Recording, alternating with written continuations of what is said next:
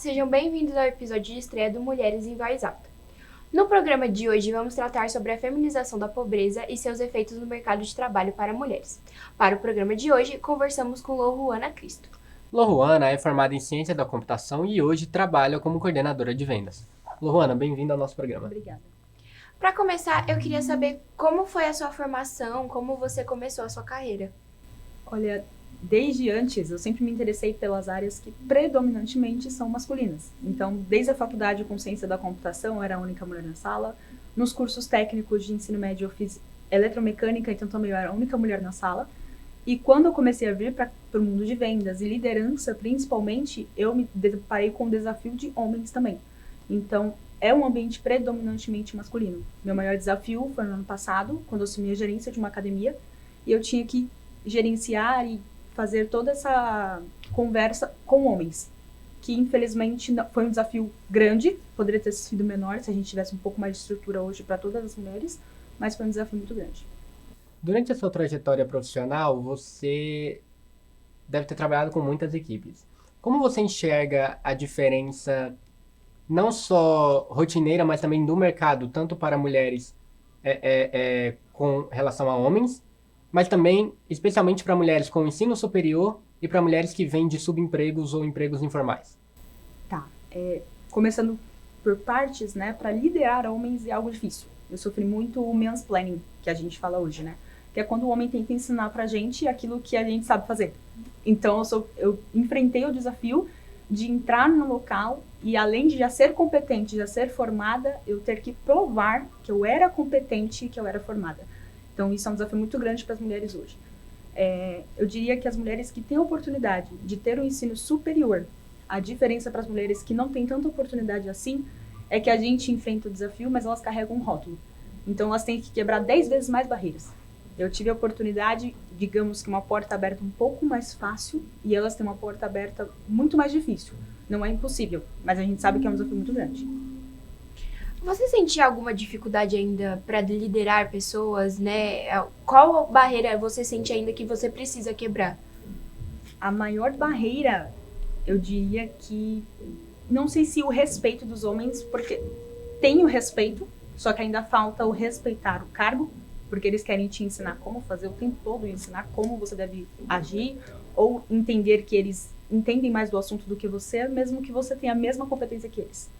Então, a barreira que eu enfrento hoje, tanto de trazer mulheres para o mesmo lugar que eu, então hoje, se eu puder contratar mulheres para que elas sejam treinadas por mim e possam liderar também, eu prefiro, ainda que seja um desafio pelos homens, que tecnicamente são mais objetivos, nós temos mais formas de lidar, eu acho que isso é um grande forte da mulher também. E o meu maior desafio é esse, é enfrentar essa barreira e poder trazer as mulheres junto com a gente, porque na minha trajetória eu enfrentei muito preconceito, tanto de homens e infelizmente também de mulheres. E as mulheres têm que entender que quando uma grande mulher se porta e abre portas, ela abre as portas para as outras mulheres. Ela não fecha. Então a oportunidade fica um pouco mais fácil. O caminho ainda é grande, mas fica um pouco mais fácil. O Brasil vive um paradoxo. Mulheres têm mais escolaridade, mas ocupam menos espaço de liderança. O que, na sua visão, faz essa conta não fechar? Olha, é uma pergunta complexa, mas dentro do que eu vivi, eu diria que essa conta não fecha, porque ainda que as mulheres tenham a oportunidade, elas têm o desafio dobrado, que é enfrentar um homem na liderança, porque, por exemplo, as regras que nós temos hoje, as leis e tudo mais, não foram criadas pelas mulheres que passaram por isso. Elas são criadas por pessoas que não passam por isso, que são os homens.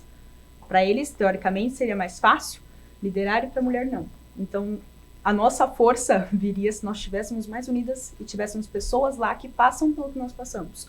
Então, realmente, o Brasil hoje até tem programas para mulheres na faculdade, tem programas de mulheres empreendedoras, só que não é tão falado. Então, acho que falta um pouco de pressão e falta um pouco de união também. Porque ainda que nós tenhamos o programa e tenha a força de vontade, ele não está totalmente em prática.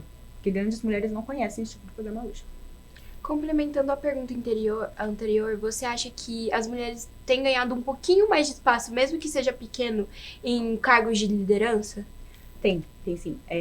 Quando eu migrei de carreira, né, eu fui para uma multinacional hoje, então a diferença da empresa é muito grande. Eu vejo muito mais mulheres na liderança, mulheres competentes, que se formaram, que têm suas pós-graduações, MBAs, cuidam de casa, da família e têm uma jornada dobrada, muito mais complexa, e está ganhando espaço, ainda como você disse, de forma mais devagar, mas está ganhando espaço. E quanto mais espaço nós ganharmos e apoiarmos, entendermos que quando cada um abre uma porta, mais portas se abrem, o caminho vai ficando um pouquinho mais direto, sem tantos obstáculos. Em que momento você percebeu que, infelizmente, para mulheres não basta só a competência e que também existe uma grande aceitação masculina e uma política interna das empresas?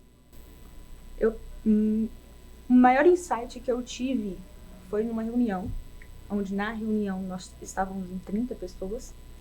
Eu acho que umas 3 eram mulheres.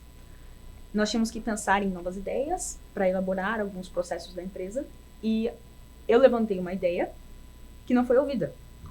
Mas um homem levantou a mesma ideia com palavras diferentes, e ele foi ouvido.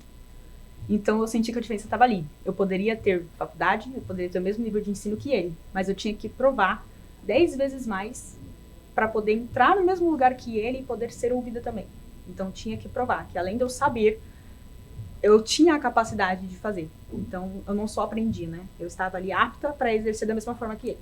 Então foi o maior desafio. E aí eu comecei a perceber que isso acontece o tempo todo. Não é pequenos episódios, é o tempo todo. E você enxerga alguma dificuldade maior em liderar pessoas, né, agora focada em homens especificamente? Sim, é como disse no começo, eu sinto das mulheres também, só que das mulheres é um pouco menos. A gente sabe que elas escutam mais, a gente tem um certo desafio para lidar, só que com os homens é muito pior. Para você liderar um homem hoje, você tem que chegar aos poucos. Por muitas das vezes eu tive que fingir não saber do assunto que eu dominava para poder ser ouvida por ele. Então eu tive que deixar ele falar primeiro para depois eu falar. Me senti invalidada, lógico. Foi um desafio muito grande, porque eu me cobrei por muito tempo achando que eu não era capaz. Eu pensei em desistir meio do caminho e falei, por que eu escolhi essa área? Por que eu tô aqui? Pensei, vai ser um desafio maior. Eu vou ter que estar frente a frente com o homem e tentar lidar de par a par num ambiente que já era masculino, que já era dominado por eles. E o maior desafio é exatamente esse, é você conseguir mostrar para um homem, sem se invalidar, de que você conhece do mesmo assunto que ele. E é uma barreira muito grande, mas que não deu para desistir. Eu nunca desisti porque eu tive um pai que sempre me incentivou. Então, meu pai, ao contrário da maioria, quis impedir barreiras, lutar diferente, e ele sempre me incentivou a dirigir, a ser independente. Quando eu quis fazer o curso, ele foi o primeiro a me apoiar, a querer levar. Na faculdade, ele também foi o primeiro. Nos cargos de alta liderança, quando eu tive medo de assumir, ele foi o primeiro a dizer que eu deveria ir. Então, isso faz diferença. Se todas as mulheres tivessem um homem em casa que fizesse esse apoio, desse essa moral e te desse todo esse insight dentro de casa, você estaria mais pronta para enfrentar lá fora, que é liderar um homem, que não é fácil. Para ele conseguir entender que você não está ali competindo com ele ou que você não quer ser melhor que ele. Você só está no mesmo cargo que ele porque você estudou o mesmo tanto que ele. Então, você é merecedora. O mercado, o governo e também a sociedade sabem qual fator empurra mulheres para a pobreza. Na sua visão, é uma falta de vontade ou uma falta de pressão? Eu diria que acho que uma falta dos dois.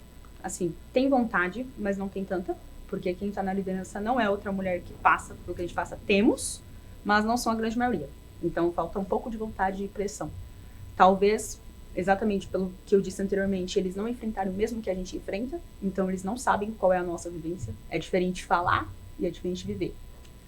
E também de nós mesmos, né? Se incentivar. A educação dentro de casa também que faz a diferença, você ter alguém que apoia. Mas eu acho que é tanto da sociedade quanto da política, governo, todo mundo tem uma parcela. Mas poderia ser mais incentivado. Hoje os programas são mais escondidos, não tem tanto incentivo e também não tem tanta visibilidade para uma mulher na liderança hoje. Nós vemos que os maiores cargos e os holofotes estão virados para os homens. Então eu diria que é vontade e pressão. O que você indicaria para alguma mulher que está começando a sua carreira e quer chegar em algum lugar de liderança? Eu diria que A dificuldade, ela existe. Não vou mentir, dizer que ela não existe, que vai ser fácil, ou que vai ser um caminho tranquilo. Vai ser um caminho desafiador, só que isso não vai definir a sua trajetória e nem definir onde você vai parar. Quem vai definir onde você vai parar é você.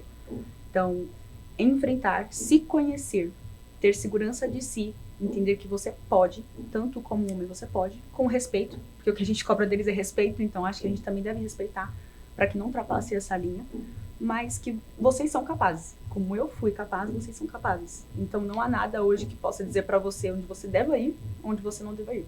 Não há um limite.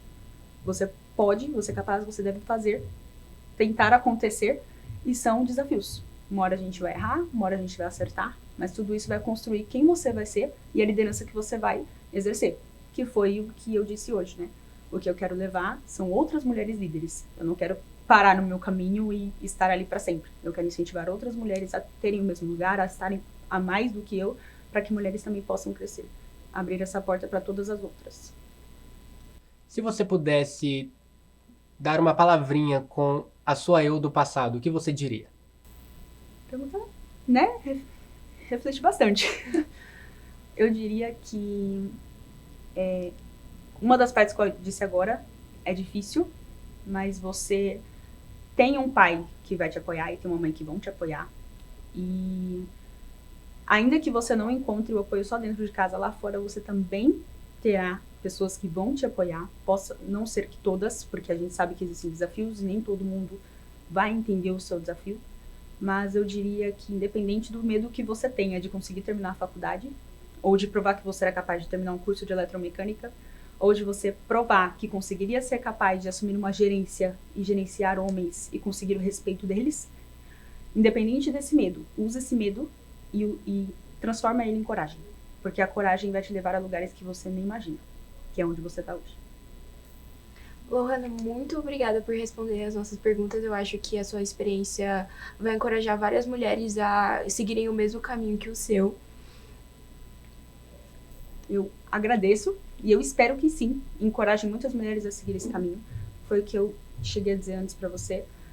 Quando uma mulher sobe a liderança ou uma mulher assume um grande cargo, ela não está criando competitividade entre as mulheres. Ela está abrindo uma porta para outras mulheres.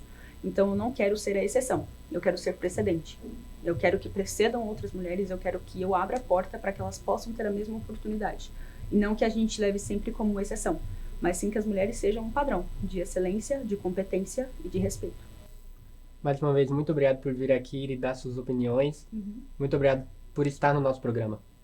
Chegamos ao final do nosso primeiro Mulheres em Voz Alta. Espero que tenham gostado do nosso programa de hoje. Você pode acompanhar a nossa campanha pelas redes sociais, @MulheresDoBrasilBB. Essa é uma campanha multiplataforma feita pelos alunos do curso de jornalismo da Universidade Anhembi Morumbi, unidade localizada na Vila Olímpia. Muito obrigada por ter assistido até aqui e até o próximo episódio.